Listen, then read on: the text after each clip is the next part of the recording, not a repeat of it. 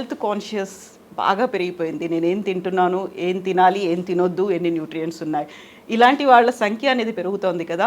Nutri aid వాళ్ళకి support చేస్తుందా? యాక్చువల్గా ఎలా హెల్ప్ చేస్తుంది మీ యాప్? న్యూట్రిఎడ్ అనే యాప్ యాక్చువల్లీ ఇప్పుడు మాకు on going Indo German collaborative ప్రాజెక్ట్లో భాగంగా మేము దాన్ని డెవలప్ చేసాము. ఈ ఇండో జర్మన్ ప్రాజెక్ట్లో 2 బ్రాడ్ అంశాలు ఉన్నాయి. ఒకటంటే మనం తినే ఆహారపు పర్యావరణం అంటే ఫుడ్ ఎన్వైర్న్మెంట్ అనేది ఒకటి. మనం growing over weight obesity problems urban ఏరియాస్లో ఎక్కువ ఉండడం వల్ల ఈ ఫుడ్ ఎన్వైర్న్మెంట్ని మనంతకు మనం అంటే as individual what can we change అనే ఒక క్వశ్చన్తో స్టార్ట్ అయిన స్టడీ అనమాట.